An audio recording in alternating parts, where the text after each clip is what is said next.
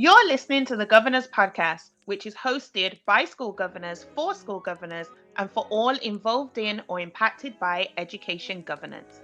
On the Governors Podcast, we have open, honest, and transparent discussions about governance in the UK education sector, sharing and providing insights into the realities of entering the boardroom, sitting around the governing board table, and leaning in.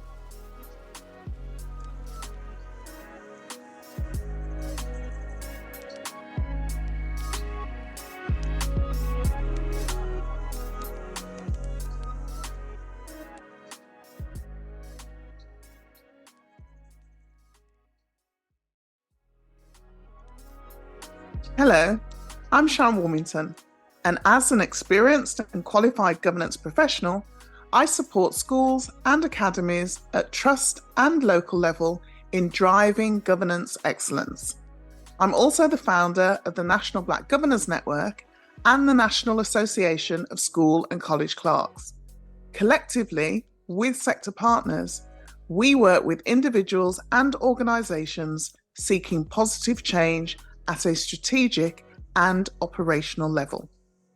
Hey, it's Olivia D. Hines here, an unapologetic millennial Black woman who is changing the face and space of education governance. I specialise in brand management, digital strategy, and generational diversity, bringing governance into the 21st century. I'm purpose-led and people-focused, bridging the gap between the then and the now. And you're listening to the Governors Podcast. Okay, let's get into today's topic. For this episode's agenda item, we have invited Amy Whittall to the Governors Podcast and its virtual boardroom to discuss growing beyond headship from her perspective. Amy Whittall is Executive Director of Trust Development for the Mercian Trust, which includes 9 schools in Walsall and Sandwell in the West Midlands. Her trust role focuses on the strategic development of people, leadership, and organisational culture. Prior to that, Amy was head teacher of a large secondary school in Birmingham for 7 years, during which time she was also seconded as interim director of educational development for a trust and as interim head teacher of a second school. Amy's passion within education is leadership and people development within schools and trusts, and recently spoke at the World Education Summit on creating leaders across a group of schools. Amy is chair of trustees for the National Association of Able Children in Education and is regional lead for Women Ed West Midlands. Welcome, Amy. Thank you for joining us, and we're pleased to bring another expert voice within the education governance space to our listeners. Well, thank you so much for having me. It's an absolute pleasure to be here. Great. Okay, first things first, the question we always ask our guests. Can you sum up your current role for our listeners? Absolutely. And I think probably to give you and your listeners a little bit of context about that current role, it's probably useful to just think about what happened a little bit before that and my kind of career to date a little bit. My current role is Executive Director for Trust Development in the Mercian Trust. And I'd say I'll come back to the trust and what I do there, but perhaps if we think a little bit about sort of the roles that led up to that. I've always worked in education. My background is as an RE teacher, and that's my sort of route and trade. So teaching, studying theology, teaching young people about that and philosophy has been a kind of core part of my career all the way through. And then I was really lucky to take on a role at a boys' selective grammar school in the West Midlands, first of all as subject leader, which was really exciting to develop that role with really able and really enthusiastic young men. Great time in that school. And I was really fortunate there. I progressed my career in that school, so I took on a role, sort of other whole school responsibilities, and then was really proud to be the first female on their leadership team. Oh, so wow. The school was established in 1883 and they'd had no women on their leadership team until that point. So I was the first female leader in that school, which was exciting and kind of groundbreaking at the same time. Yeah. So I was assistant head teacher there and then sole deputy head teacher there. And I think one of the reasons that's really important is because as sole deputy, when you think about headship, And actually, when you think about beyond headship, you learn so much as a sole deputy because you are involved in everything. Yeah. And I think you get that experience as a joint deputy, but really as a sole deputy, you do everything and you have knowledge of everything. Your work with governors is much more strategic, I think, particularly as a sole deputy as well, because you've got to have understanding and overview of everything that's going on in the school, as well as that kind of deputizing part when the head teacher is not there. You are it. So in terms of kind of preparation, it's really, really good. So I did that, and then in 2016 I was appointed as head teacher of King Edward VI Handsworth School for Girls, which is an 11 to 18 girls grammar school, also in the West Midlands. Just the most fantastic school, fabulous staff, fantastic students, and fantastic governing body. And I was there for just under 7 years. So I left in August of this year, actually. And it was a really interesting time for the school, really interesting developmental time for the school. And we'll probably pick that up at some point, I'm sure. We will. Yeah. I also chair an educational charity. I'm chair of trustees, the National Association for Able Children in Education, which is fascinating work, really looking at school improvement and school development. And I'm also regional lead for the West Midlands for Women Ed with my colleague Tracy. So we do some really fantastic stuff there to support women leaders in the West Midlands and to really think about how we give women a real voice and a platform and an opportunity to lead, and that real sort of visibility and confidence of working with other female leaders. So that's what takes me into my role now, which, as I say, I work for the Mercian Trust. So we're a trust of 9 schools in the West Midlands. We're not really a normal trust in many sorts of ways, in a good way, I would say. So we've got a really interesting diversity of schools. We've got selective schools, we've got non-selective comprehensives, and then we've got a alternative provision and a 14 to 19 studio school as well. So actually one of the things that's really fascinating is we've got a real breadth and depth within our trust of 9 schools, but really different types of schools, different communities that we serve across Whittall and the West Midlands. But our mission is absolutely embedded in social mobility and in social justice, and that's the real kind of DNA and the driver of our trust. So I started there in September, though having said that, I was seconded there last academic year for 2 days a week as a interim director sort of school development, and did some work with 3 of the head teachers. That was really interesting and built upon some interim work that I'd also done within my previous trust on educational development. I was seconded in my previous school to a second headship as well within actually the school where I was deputy. So my role within my current trust is for trust development, and the kind of tagline, if you like, that goes with that is people, leadership and organisational culture. When you say that, it's kind of everything. Wow. Which is great. But I suppose if I boil it down, what it's really about is how we develop within our trust the right culture for all of our schools and for our trust. And we are really confident as a trust that you can have a central culture and then you can have schools that are still individual in character. That doesn't mean Absolutely. have blueprinted schools in the sense of everyone looking the same, but we have a blueprint for what we want our leadership and organisational culture to be like. So I lead on strategic plans and priorities against our big moves, against leadership and staff development, school improvement work, recruitment and retention. I share the line management of the head teachers with another colleague who's the director of education. So we do that work between us. And all the other things that come with executive leadership, working with governors, working with trustees. It is fantastic. It's incredibly busy, but it's a brilliant job. It really is. Oh, my gosh. That is so good to hear. And just you going through your journey, I think I met you in 2016. I thought you'd been in post longer than when I met you. So clearly, that was when we met though. You're right. It was when we met, and I was really impressed with you back then, which is why I sort of shoehorned Olivia into I came home and I was like, you've got to meet Amy and you've got to join this school. It's absolutely brilliant.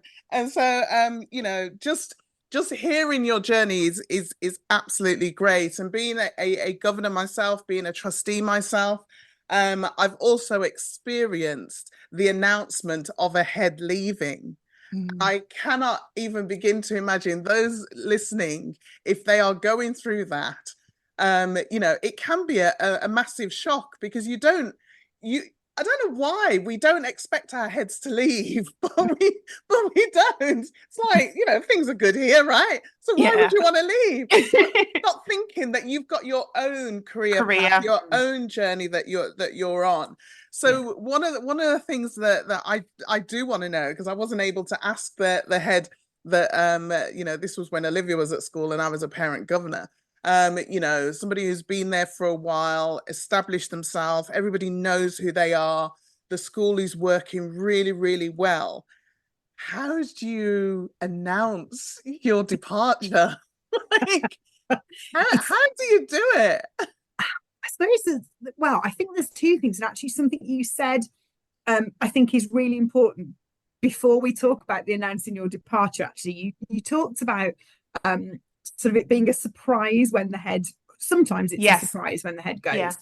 And I think one of the things that I really valued as a head teacher was the ability, with particularly my chair of governors, but also with one other governor that I worked really closely with, was actually to be able to have really honest conversations with them about where I wanted my career to go. So actually, I don't think it was a surprise to them. In fact, I know it wasn't a surprise. I think what I would encourage those governors that are listening to this is to find a way to have that conversation with your head teachers, because actually some heads absolutely are rooted in one school community and want to stay there for decades sometimes. But that's not the experience of all head teachers. And I think that planning for succession, if you can have those really honest conversations with your head teacher and create that culture where the head is able to be open and say, this is the kind of experiences that I want, this is where I see myself going, and that I think that open dialogue is so important in that. And actually from my career, it meant that I was able to do other things and develop other experiences with the knowledge and I would say the blessing of my chair of governors actually, but to be able to do that in a way that didn't jeopardize what we were doing at school, but actually kind of kept me fed and kept me sort of progressing and knowing what I wanted to do, but not it wasn't a sort of surprise to him when I said, actually, I've got this role and I'm going to be leaving. So I think that's probably the first part of my answer to your question. Is try it's a good answer. Be a surprise, actually.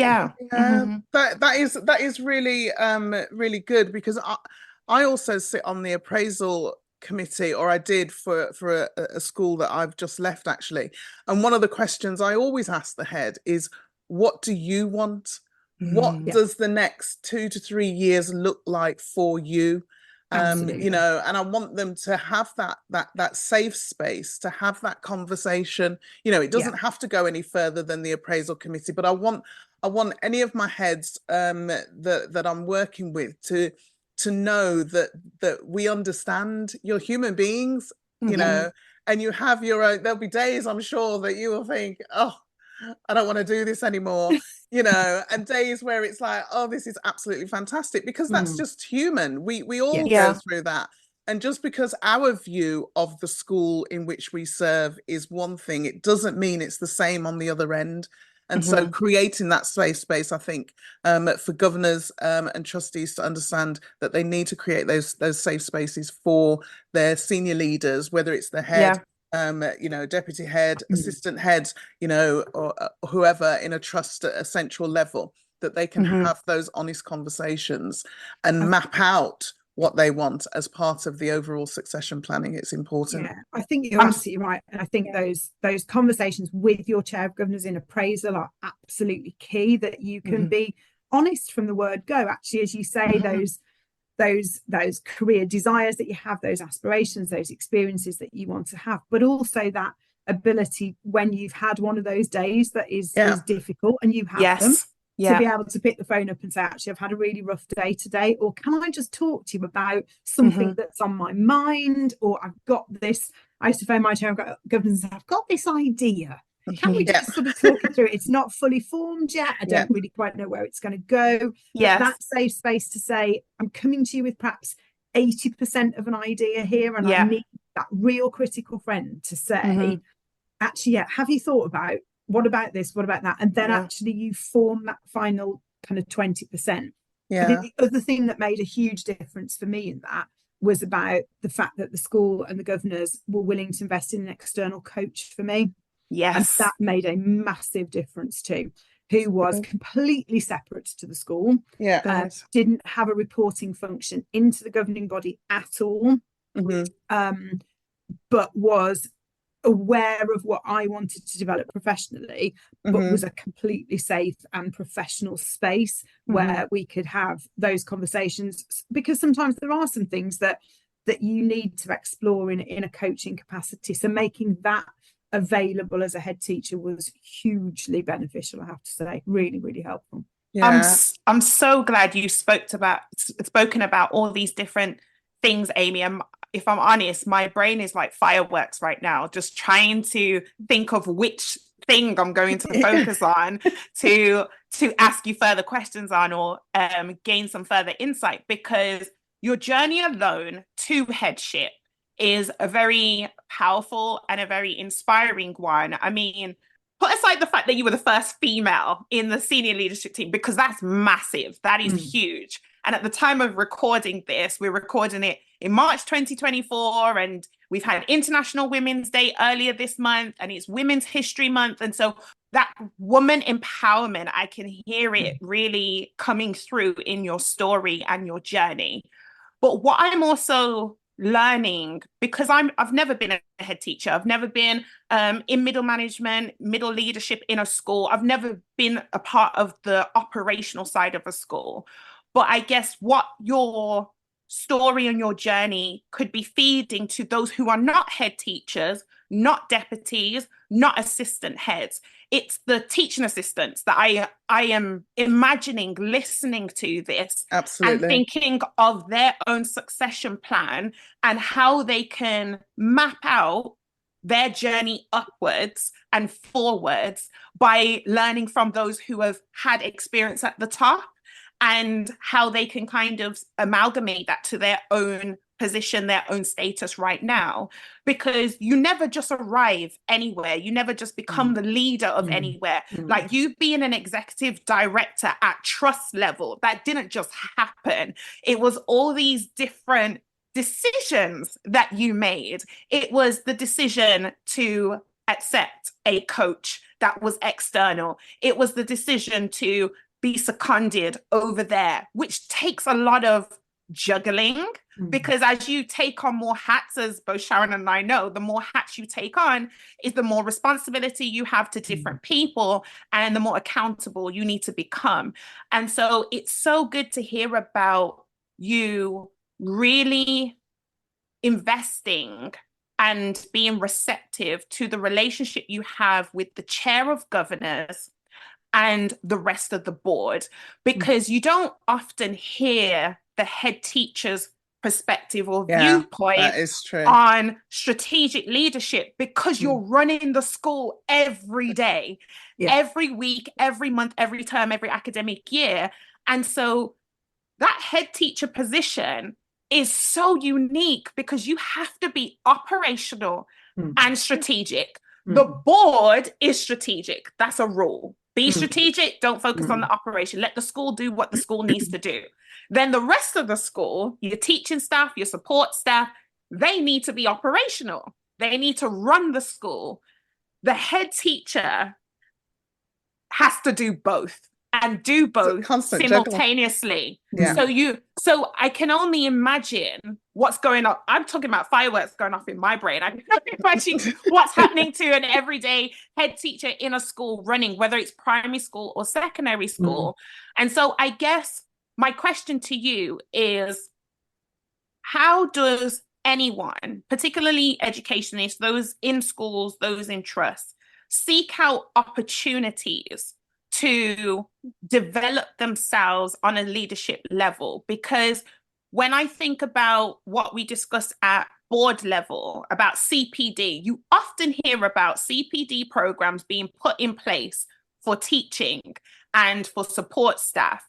And so it's almost an add-on to say, oh yeah, the senior leaders need professional development as well, or the head teacher needs coaching as well, or maybe a deputy who's looking to move to headship at some point needs coaching as well. It's not necessarily in the bulk of the discussion. And I don't want our SLT to become an afterthought, because you guys are taking care of everyone else. And so what can you say to people in terms of how they can seek out opportunities to develop their leadership skills, regardless of where they are in the hierarchy or the organizational structure of a school? And it's amazing because you've talked about fireworks, and now there are about 1,000 going off in my brain as well. So I think one of the things that's really key, there isn't a simple answer to that question. And if there was a sort of simple kind of pithy answer to it, it would do it a bit of a disservice. So I hear that. I think there's a number of things here. And I think one of it is about, so if I go back to that moment about being a deputy head teacher, and actually one of the powers of that was that I developed what I believe was a combination of knowledge and skills and experience. So there is stuff, and I'm not denigrating the knowledge by calling it stuff, but there's stuff that you need to know as a head teacher. And there's some of that you can't actually do until you're a head teacher. You can't run a school budget until you are the head teacher. However, you can learn, you can observe, you can gain the knowledge, particularly where I was very fortunate to work with a head who was really transparent about that and said, well, actually, my expectation of you as a deputy was that I attended every governor's committee, regardless of whether I had a paper on that committee or not. Yeah, right. Because I learned. And I can remember sitting in some of those meetings thinking, I'm not sure I don't think I've got much to contribute here. I don't own much in this space, but actually all those meetings taught me something, either about knowledge that I needed to know, that might be finance, it might be health and safety, it might be HR, it might be strategic, whatever it might be. Then I think through that, you begin to develop your repertoire of skills to lead. Right. So you begin to combine the knowledge that you've acquired to the skills that you have, because what we saw, for example, in COVID was suddenly school leaders were dealing with things that they'd never dealt with before. Everyone was creating as we went, but we were using skills that we'd already got and moving them into a completely new space. So I am a real advocate in helping our leaders to develop the skills that they need to evaluate, to measure impact, to be analytical, to plan strategically. And then I think the kind of third part of that triad, as I think, is then about giving people experiences to develop fluency. Because actually, if you only know some stuff and have some skills, that's not the same as leading, and it's not the same as doing. So I think as a leader and as governors, it's about having structures in school which create those knowledge, those skills, and those moments of fluency and experience. So therefore, you mentioned people like middle leaders or senior leaders and how governing bodies can help them to do that. Yeah. So when I was head teacher, and Olivia, you will know this because you sat on my board, most of my SLT came to most of those meetings. Now, of course, you've got to be sort of thoughtful about work-life balance and well-being and all of those things. And I'm not taking those for granted for one moment. But I think there's something about the visibility of leadership and saying to your senior leaders, actually, this is what it's like. This is how I've prepared this. This is what I've done. This is what the meeting looks like.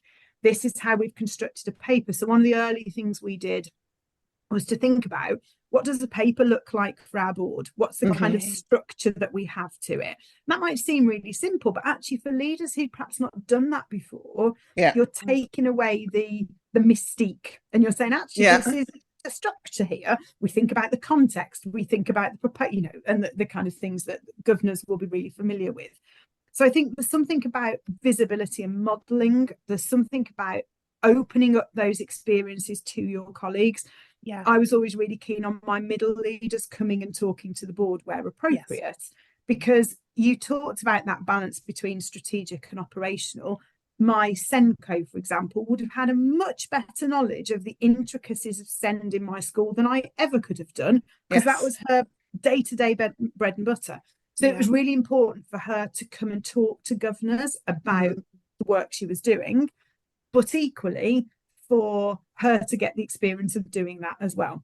And whether she wanted to become a head teacher or not, it's about that exposure to her, for her to then understand the work that she's doing and how that relates to the governance of the school and how all those things connect together.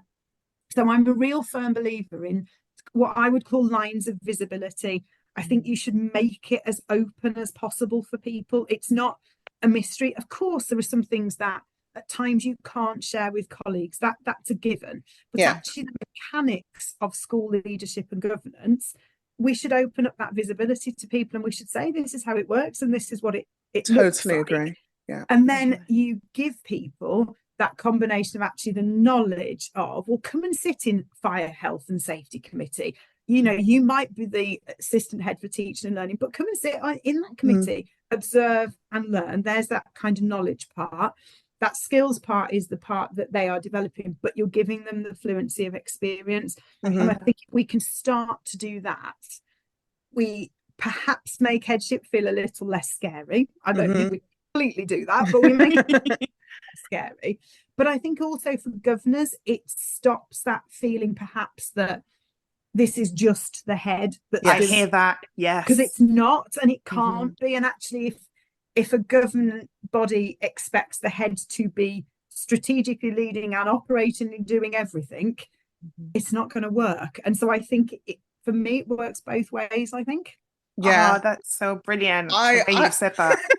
I have got, not fireworks, I've got so many takeaways already, and we're only halfway through.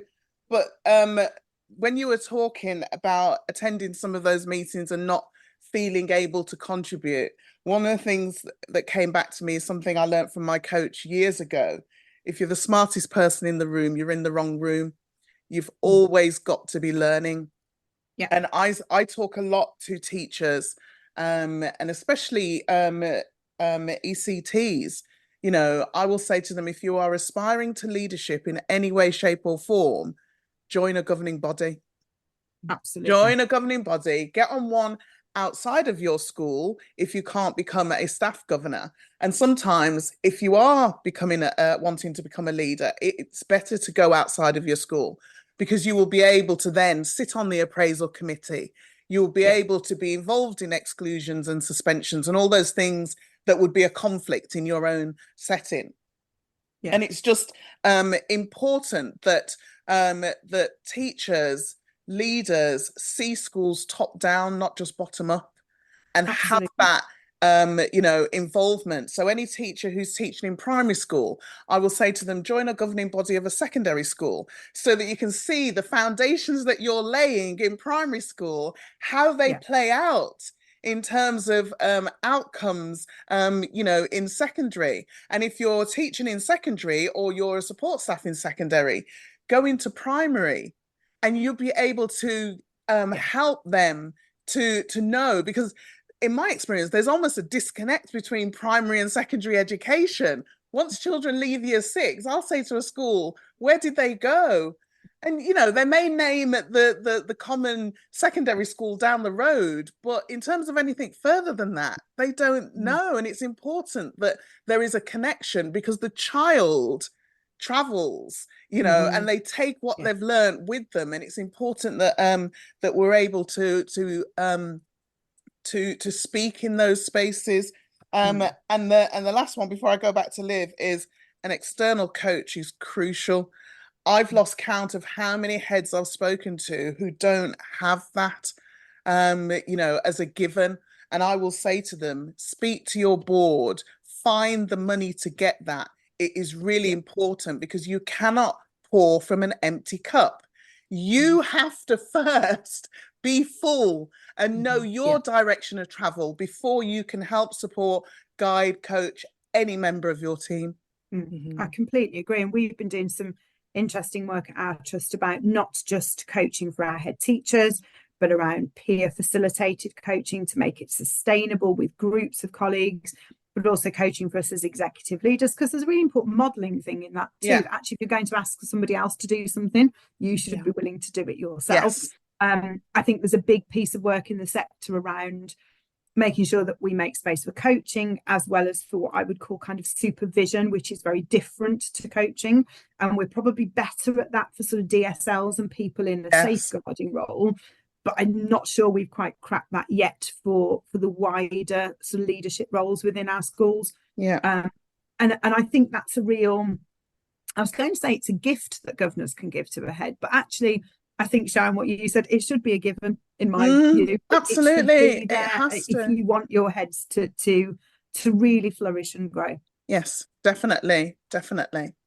Oh, there's so many solid points that are being made. And it's actually reminding me of several years ago now. I'm going to say many years ago because I think it's 7 years this year when Sharon and I did a International Women's Day webinar in 2017. It was long and it was full. It was like an 11+ hour webinar, and it was international. There were people who signed up from across the world, and we were doing this across time zones. And there was a clip from a video that we incorporated into the webinar at some point in that 11 hours, where a female leader, I think her name was Indra Nooyi, and if I've got it correct, at the time she was the CEO and chairperson for PepsiCo. And she said, the thing about leadership is you need to know what's coming around the corner before you make the turn. And that has stuck with me since then. And I think what you've been talking about, Amy, from your experiences and your knowledge and what you're feeding forward now into other people, is that it's important to know yourself and know what you need.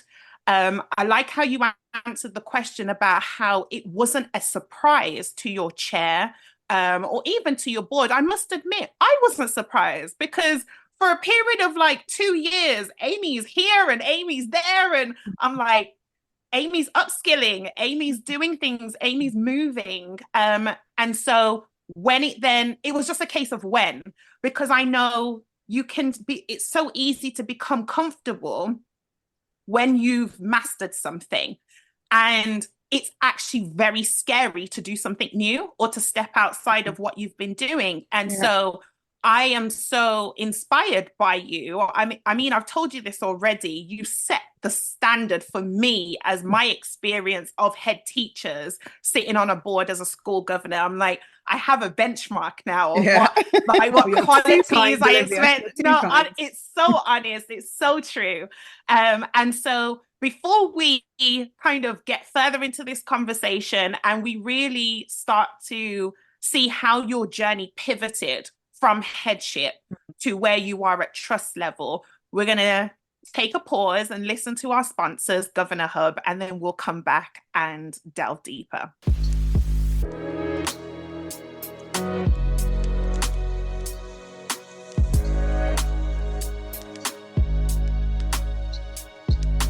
We know that you lead busy lives outside of being a governor or a trustee. You're volunteering to make a difference, so that every child receives the education they deserve, whatever their circumstance. Here at Governor Hub, we want to make governance as easy as possible for you, so that you can focus on what matters, having an impact.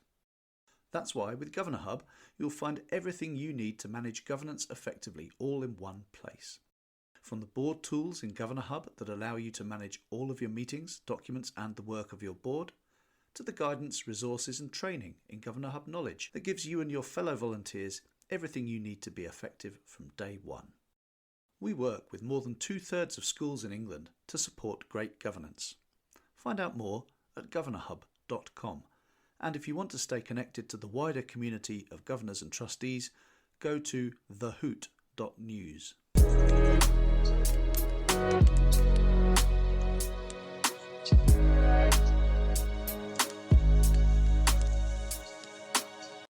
Okay, so we're back.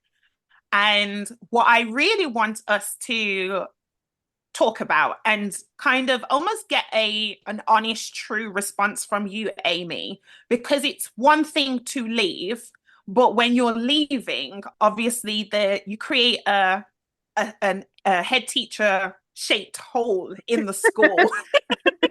I was going to say an Amy-shaped hole, but not everyone has Amy in their school. Head teacher-shaped hole in the school. And so for you, as an individual, you're leaving friends and colleagues and even probably key students that you've developed a relationship with whilst you've been in that school. But as well as that, what would you say to the schools that are trying to fill a post, being very careful not to look for a replica of the head teacher they've just left?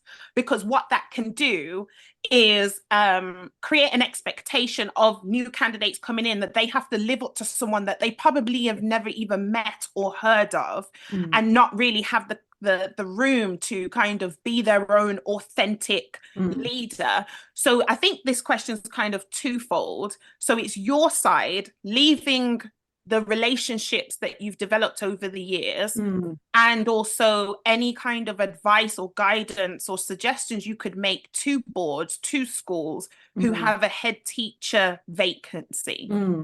I think I might take the second of those first, actually. That's fine. The recommendations. I suppose one of the things that's really important is the minute that the head teacher kind of secures this new job or whatever it is, or decides they're retiring or whatever the reason is that they're leaving, I think thinking really carefully about how you manage the communications around the fact that the head teacher is leaving, because the moment that is a piece of public information, that can create lots of different ripples. Some people might be really pleased that that particular head's going. Some people might be really worried by it. You've got parents, you've got students, you've got all of these stakeholders. And I think a really carefully planned strategy that might need to coordinate with an announcement at the person's next post as well, depending on what it is that they're going to be doing. So they're thinking really carefully about the timing of that, when people are told, how they're told. So in my particular case, my chair of governors came and spoke to the staff in person, decided that was the right thing to do, because he wanted to be there and kind of take any questions, but also to give them the reassurance that actually this was okay and there was a plan and that they were going to recruit. And so he decided to come and do it in person. That's a particular style, but we thought really carefully leading up to that. We didn't just... I'm a big believer in not just kind of falling into a meeting. You've got to think these things through really carefully. So we thought through what we wanted to say when the announcement would be made, what the right timing of that was. So I think there's that kind of comms piece. But then I think something you said, Olivia, is really important. It's about thinking really carefully about what it is that you want to recruit. And schools are never, ever done. They're never finished. And we live in this weird kind of termly, yearly cycle. But, you know, lots of people who are listening to this will know that schools are already thinking now about next academic year, and will have been for the majority of this academic year. Yeah, absolutely. Kind of constantly thinking forward. So I think there's a really important piece about conversations with key stakeholders and really honest conversations about where the school is, what it is that the current head has done and brought, but actually what is it that the next 5, 10, whatever years of the school's journey needs to look like, so that actually it isn't about, well, we've got this whole of a person that has done some things really well, and there'll be some things that person won't have done so well, particularly in my case.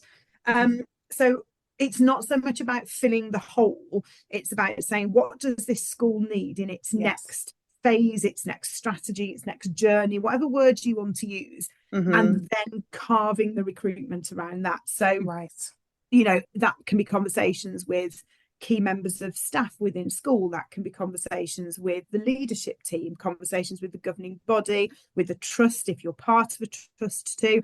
And then actually, what do we need this person to do? And then therefore, what sort of a person are we looking for to do that? Because schools absolutely go through rhythms and dips and peaks, and they need different things at different times. I firmly believe that you appoint the right person for that moment. There isn't a mold of a head teacher. I don't think there's knowledge, skills and experience that you would really want them to have, but they will bring something different to that. So those really honest conversations that say, you know, perhaps this particular piece of work isn't as far forward as we need it to be.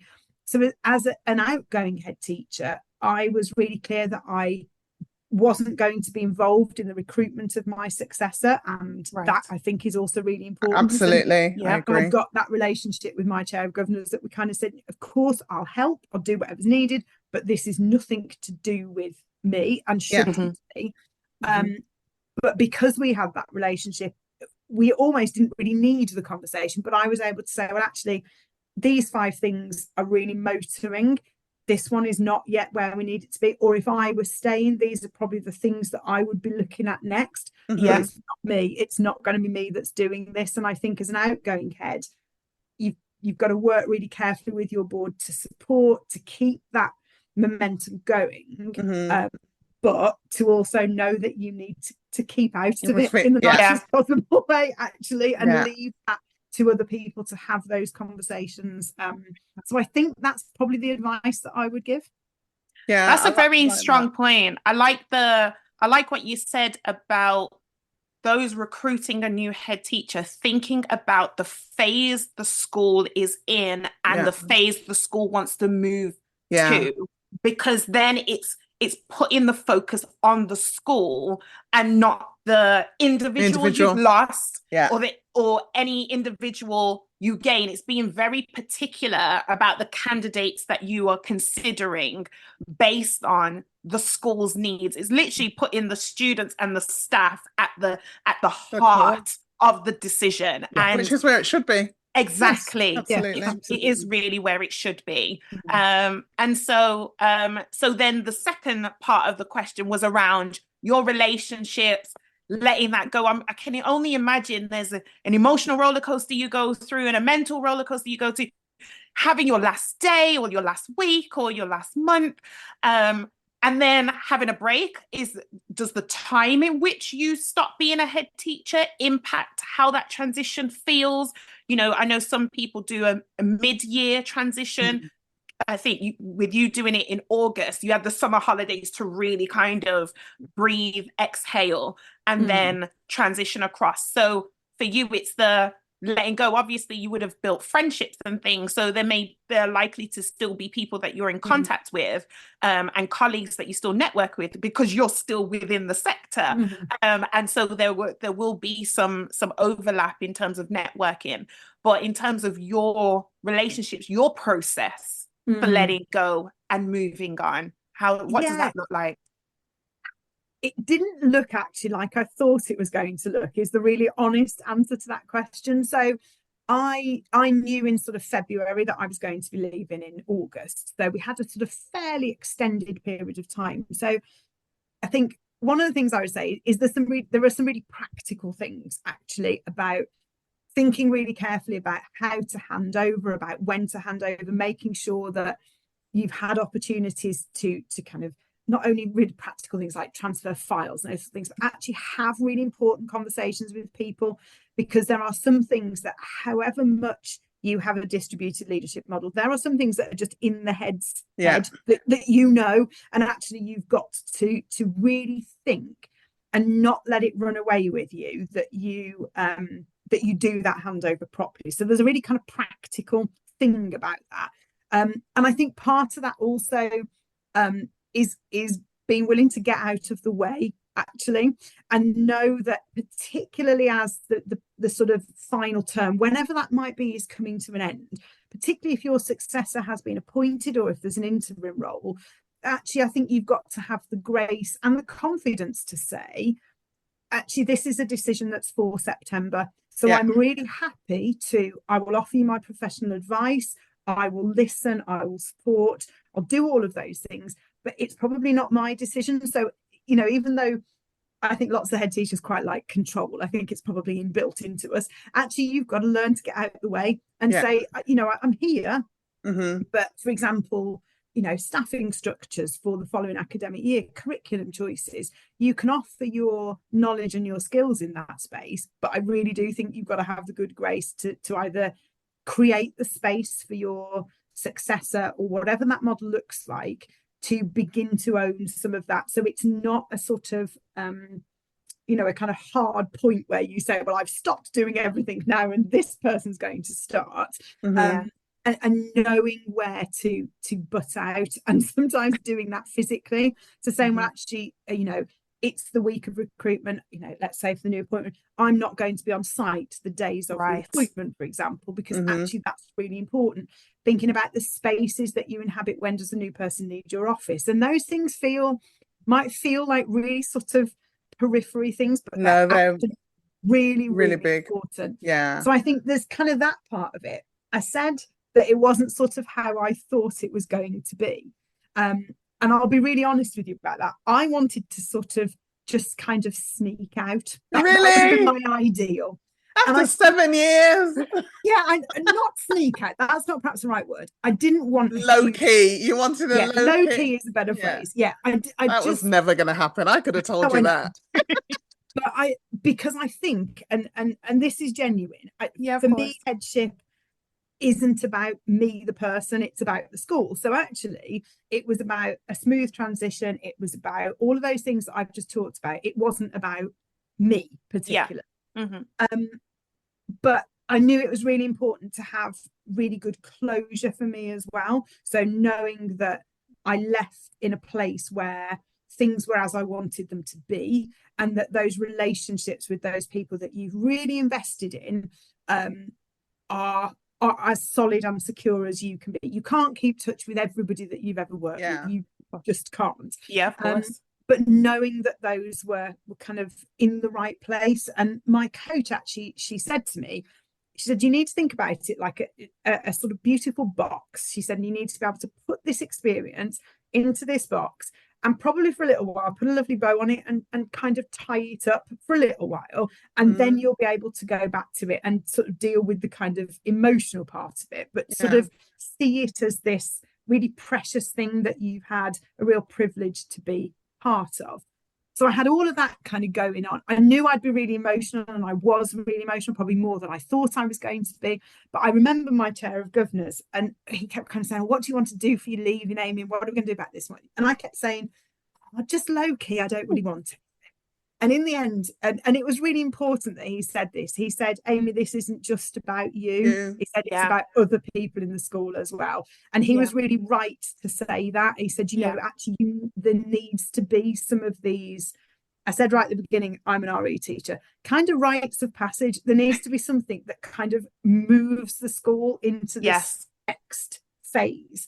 So I kind of had to sort of go, okay, then, all right, I can go with that. And actually, on reflection, they were really important to me, and I'm really glad that I did those. But I think what's hard as a head teacher is you are doing all of that and still dealing with staffing issues, safeguarding budgets at the same time as building up to leaving. But those final sort of knowing that this is going to be your last assembly, this is going to be your last staff meeting, your last governor's meeting. And as the head teacher, thinking really carefully about what I wanted to say in those spaces to those groups of people, which was as much about what I wanted to say to them as it was about me. So I think your governors who are listening to this, it's trying to work with the head teacher as well, not only about the practicalities, they're really, really important, but how you want this to be managed so that there is actually a real, I suppose, so that it ends well. That's what you want, don't you? You want that for the head teacher. You want that for the leaders who are still in the school. You want that for the students and the staff and for the governors and whoever's incoming. And all of that starts the moment the head teacher says, I've got another role, or I'm retiring, or whatever. But it's one of those weird experiences, because now I look back on it, I suppose I learned a huge amount in that period, but you've never done it before. I'd never left the head teacher before. So I suppose that's why I share that really kind of honest reflection about it, actually, because I wouldn't have known that thinking until I'd done it. If that makes sense. Absolutely. And I'm the kind of person, I move around a lot, so I'm used to leaving. I'm used to coming in and leaving, and I think I like that fixed kind of period. I mean, we did an episode some while ago talking about planning your exit before your entry, knowing how long you're going to stay. And yes, it will be flexible, if you need to tweak it a bit. But I think I've lived, especially the last maybe 10, 15 years, knowing exactly where I want to be at any given time. And it just puts me in complete control of my career, especially at my age now. It's like, okay, do I really want to be doing that at this age? But just moving forward now, into your new role. So you've gone from being, in essence, the top of your organisation, school, accountable to the governing body, to now being in the central function of a trust, reporting to a CEO. What does that look like in terms of governance, and what kind of connections do you have locally within the trust as well? Yeah, you touched on something really important there. It's different because you move from being the ultimate stop point, the ultimate gatekeeper, the person who knows everything, and you're not in that position again anymore. And that's, I don't think that's so much a control thing, but it just takes a bit of readjustment to remember that you're in a slightly different structure again. And colleagues that I work with have been fantastic in sort of us carving out what that looks like. But absolutely, you've got to reestablish all of those relationships again. You mentioned particularly about sort of governance and trustees. So within our trust, we have school governing bodies where, as executives, we don't particularly attend the local governing body meetings because they're very school based. But we do have a really good structure where we have keeping in touch meetings for our local governing body chairs. And we support with the kind of creation of agendas and the information, suggested questions, particularly about pieces that are being led by the trust. So, for example, when we looked at the pupil premium strategy review before the publication date in December, we were able to provide to local governing bodies some really key questions that they should be asking of their senior leaders, so that actually we'd got that line of accountability running through, and that works really well. So the keeping in touch meetings with the chairs are really powerful, and they help us to align those local governing bodies, but to keep a connection between the school work and the really sort of big strategic moves that are happening with our trust. We have a governance conference which happens where we have trustees and local governors who come to that. And again, that's fantastic. It helps to make that backwards and forwards connection between trust strategy and local governing priorities, and keeping that in line. We then have within our trust, sort of in my direct role, we have, of course, a board of trustees that work with us as an executive team around strategy. And then we have subcommittees that sit under that. So I particularly link with what we call our people and culture committee because of the role that I have. And therefore everything that focuses on holding me and the rest of our colleagues to account for people, for culture, for organisational development, for HR, for all of those kind of work goes through PCC. So I sort of lead that committee, and then I'm part of the full board of trustees as well, with the CEO and the other executive colleagues, where of course we do our big strategic pieces as well as the compliance pieces and all those things that are really important that trustees look at. So it feels similar to school in some ways and different. And I think that point right back at the beginning, and we talked about that line of visibility and that learning and those experiences, there are still moments where I draw back on really early governance experiences that I have to help me think about where you're perhaps trying to navigate something that's a bit tricky, or you're having to launch something new, or you're having to review something, or something's not going as well as you wanted it to go, or it's not where it needed to be.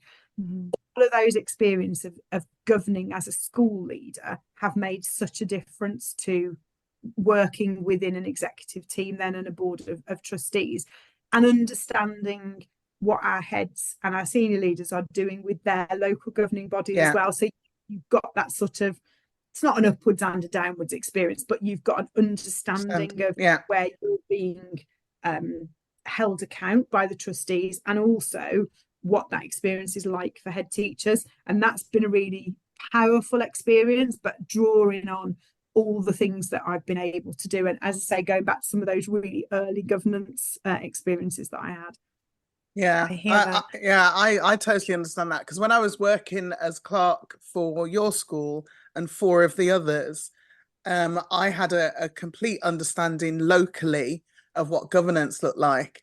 And I did do some work at a trust level within that, but then moving into my role at OTA and now at Mercian, because of my experience at a local level, I now fully understand what's required and how it can be coordinated, and whether it's simplified or unified or whatever the term is across the trust. But that is based on knowing and understanding. So when a clerk is saying to me, Sharon, you don't understand, I'm going, actually, I do. Yeah. And that makes a huge difference. It does make a huge difference when you've got that understanding.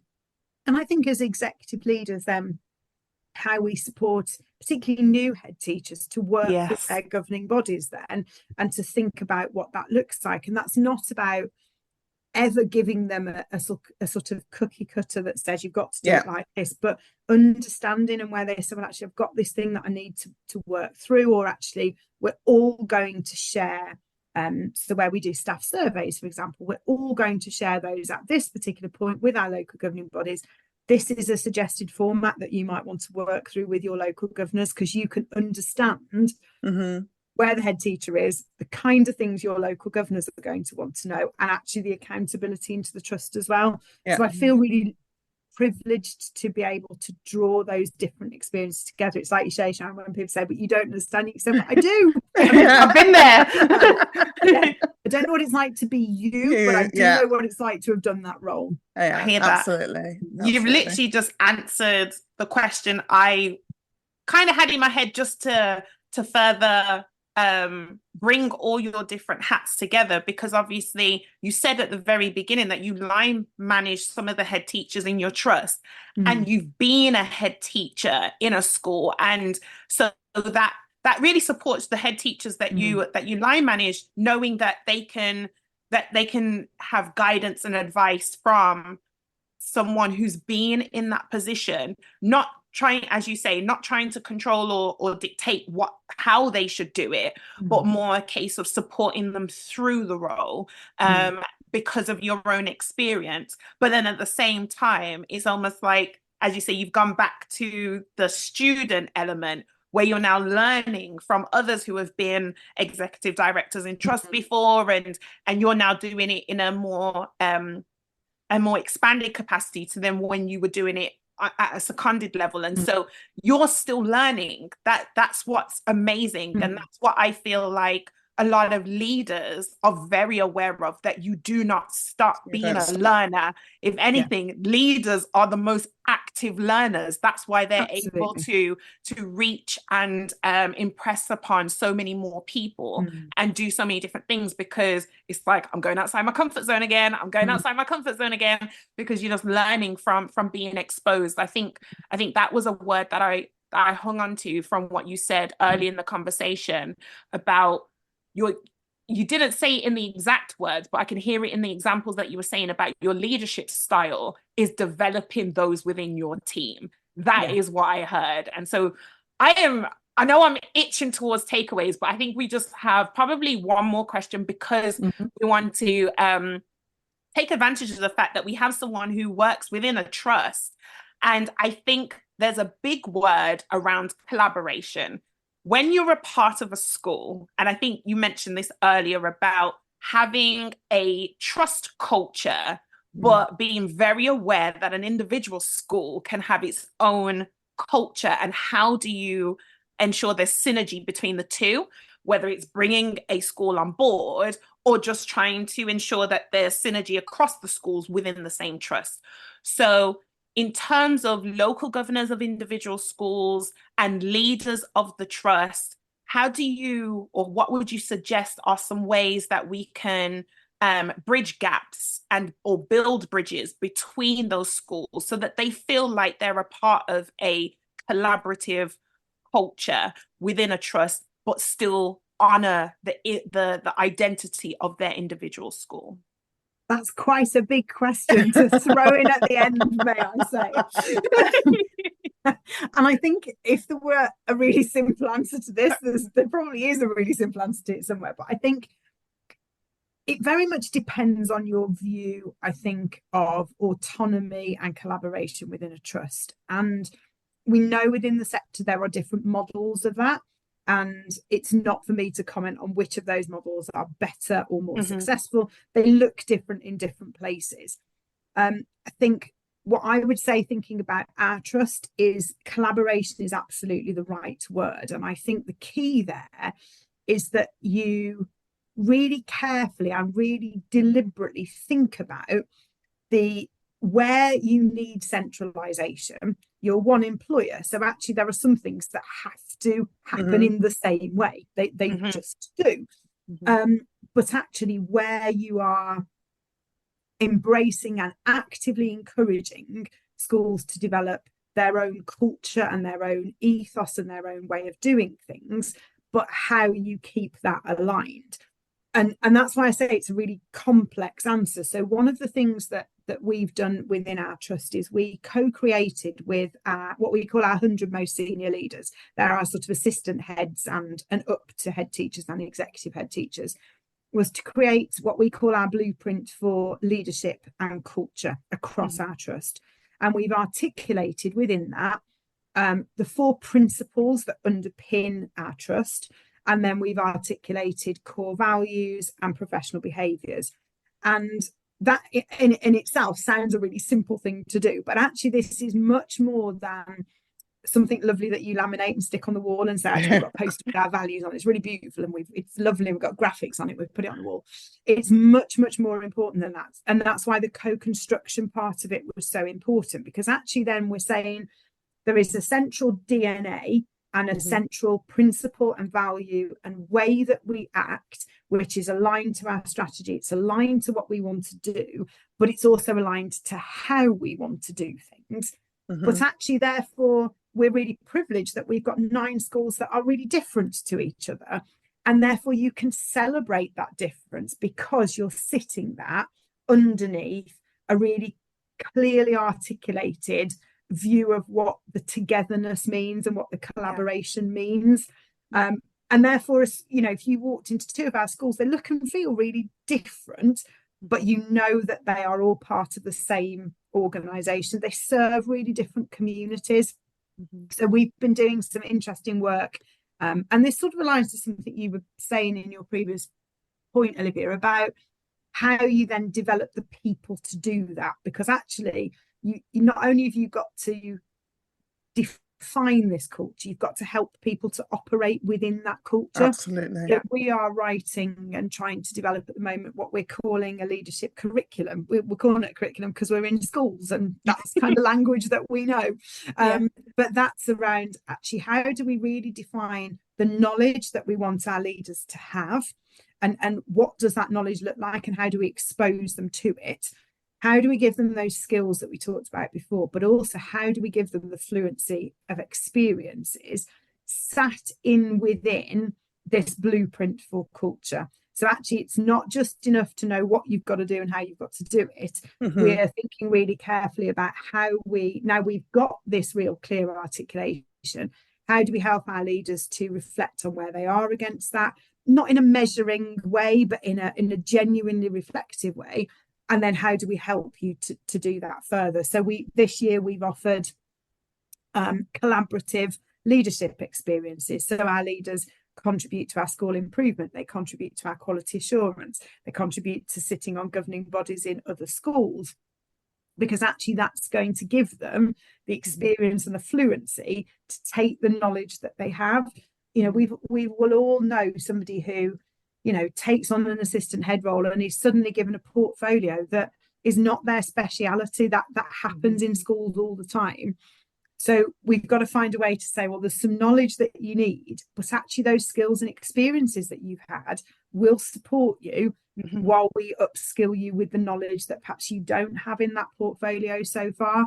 And I think when you start to do that, that's when you can really start to have collaboration, both within your school and across your organisation, because you're working on something that's solid and agreed, but you're not, I've used this phrase a couple of times, you're equally not creating cookie cutter leaders either. You're not saying, I want all my 100 leaders to look like this and do this. Yeah. But you are articulating really clearly what the culture of leadership is within the trust, and then underpinning that with a development piece to help people to not only be able to do that, but to have the knowledge and the skills that they need. That's why I said it wasn't a simple question to throw in at the end. I don't know that fully answers it, but it I does. think that's my thinking on it at the moment. It does. I think the co-construction, I think you saying that, almost like bringing everyone in the room and saying you are a part of this from the ground up. I think that's what I got from the answer. And I think that is probably sometimes the best way to bridge gaps, by almost neutralizing the language, ensuring that everyone is at least speaking the same language, so that you can then take it in different directions. But if everyone is speaking different languages because there's no unity, then it's then harder to implement anything, because it's like, I want to do this over here and I want to do this over here, or I've been doing this and I've been doing that. But if you bring yourselves together and then say, okay, let's agree something, a framework, and then you implement it in your school or in your setting as appropriate, then we can really see how the trust has that kind of family feel. So you mentioned DNA, and I think this is where I'll stop talking and then ping it over to Sharon to lead us into takeaways. You mentioned something around DNA, and I have a brain for analogies and metaphors, and I think of like siblings that come from the same parents. You're all made up of the same DNA because you come from the same two parents, two individuals, but your personalities are different, your aspirations are different. Yeah, me and my brother, we're completely different. Me and all my siblings are different. But it's like the way you think is different, the way you communicate is different, but you're likely raised by the same people, and you're different to your parents, even though you have some of their DNA a part of you. And so it's like the trust, I see that as almost like the parent side, and then you've got the DNA that's feeding into all the individual schools, but that doesn't mean the schools won't still be their own individual personal identity. And so that is how my brain was literally synthesizing everything that you were saying. It's fascinating because our CEO Dan uses a phrase all the time to describe our schools, which you wouldn't necessarily know, but he talks about them as siblings, not clones. Oh, wow. And in essence, that's exactly what you just said. So yeah, that's how we would think about our schools. Oh, brilliant. That must be why I think I actually said to Liv within a few days, I really like this trust. I really like this trust. And going into takeaways, my takeaway from the very beginning when you started talking about your role, Amy, was the culture aspect of it. I talk a lot to governing boards about diversity, and I talk about always looking for culture add rather than culture fit. Because when if you're looking for people or schools just to fit in, then you are just cloning, instead of saying, okay, what's your difference? How can we learn from your experiences, and how can you learn from ours? And so for me, that is the biggest takeaway here, is making sure that we recognize that just because something is different or someone is different doesn't mean that they are better or worse. It just means that they're different, and how can we work together for the sake of our children, because Generation Alpha are coming through. They're coming through loud and proud, taking no prisoners along the way. So if we don't change and adapt to that new generation coming through, then it's not going to work. So that's my takeaway. So Amy, how would you like to sum up? I think perhaps thinking about your governor colleagues who are listening to this, and the questions you've asked me today, and I often do reflect back on my career and think about what I do now and how I've sort of got to the place that I am. And I am extremely, extremely fortunate and extremely privileged to have worked with some brilliant leaders and some brilliant governors and colleagues who have invested really generously in me and in my time, and in my development, and really exposed me to those moments that I needed, sometimes that I didn't know I needed, but that I needed to help me to have the career that I have. And I suppose that would therefore be my plea, is that I think as a sector, and therefore perhaps as governing bodies, it's about making sure that that's not a lottery. I feel really lucky because I've worked with brilliant people. And actually, what I'd like us to do more systematically is to take that lottery away, so that actually it's not just, I feel it's because I have worked with some brilliant people. Not everybody has that luck. Absolutely. And sometimes don't work with people who know how to develop them, can develop them, have the opportunity to do, for all sorts of reasons. And I think if governors can find ways to take that lottery away, we know it's really hard to recruit into schools at the moment. We know that it's really hard to find head teachers. It's really hard to find teachers.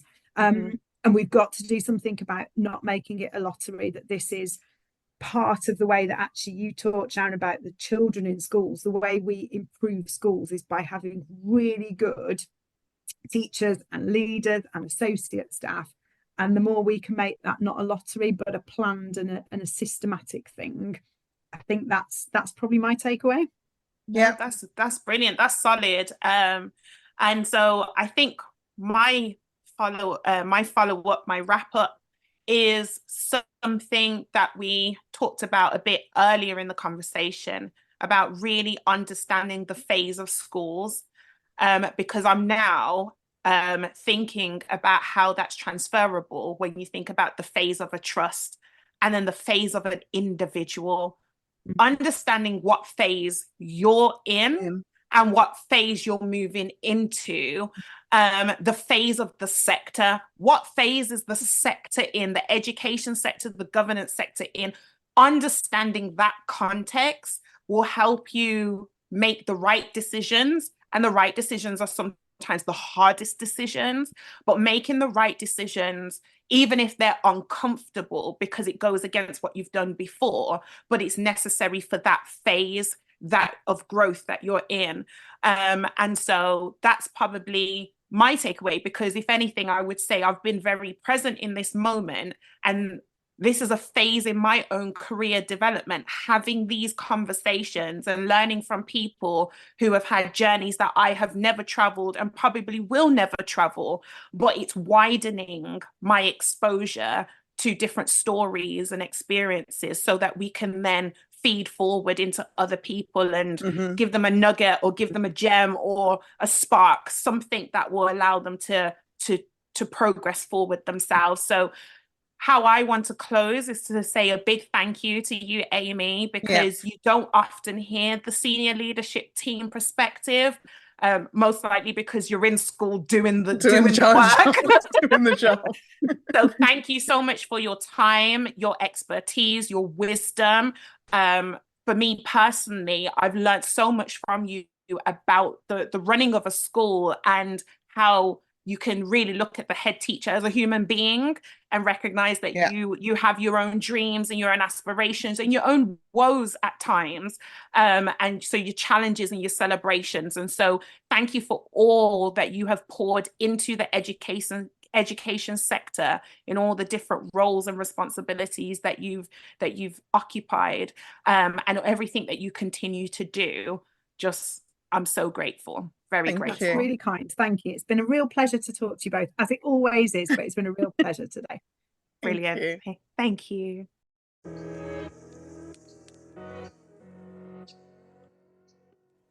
Thanks for listening to today's episode. Please rate, review, and subscribe via your preferred streaming platform. The Governors Podcast is a brand of the legal entity Education Governance Solutions Limited, and a free training resource for anyone. So if you know someone who is interested in becoming a governor or a trustee, please share this podcast with them. And if you'd like to get in touch with us directly with questions or comments, then drop us an email at thegovernorspodcast@gmail.com. You can also follow us on social media platforms at The Governors Podcast. Let's connect.